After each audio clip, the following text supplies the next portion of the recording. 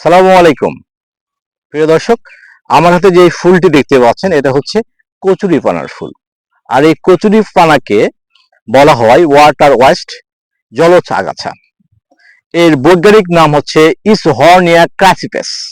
এর ইংরেজি নাম হচ্ছে ওয়াটার হাইসিন্থ।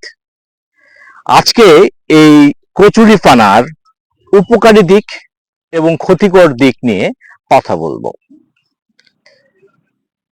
এই কচুরিপানা আমাদের জন্য বেশ ক্ষতিকর।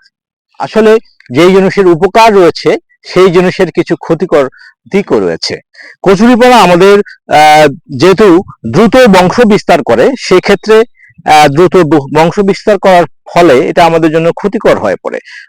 চাষাবাদের জন্য যেমন ক্ষতিকর, নৌ চলাচলের জন্য ক্ষতিকর হয় এটি, মাছ চাষের জন্য ক্ষতিকর এবং দ্রুত বংশ বিস্তার করে বলে এটাকে আমরা আসলে বিভিন্ন রকম কীটনাশক ব্যবহার করে ধ্বংস করে থাকি।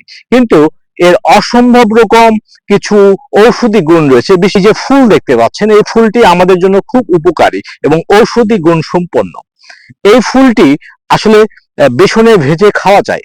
এতে ছত্রাক, জীবাণু নাশক উপাদান রয়েছে, যেটি আসলে গলা ব্যথা, গলা ফোলা ওষুধ হিসেবে ব্যবহার করা হয় এবং সাপের কামড়ের ওষুধ হিসেবেও কিন্তু এটাকে ব্যবহার করা হয়।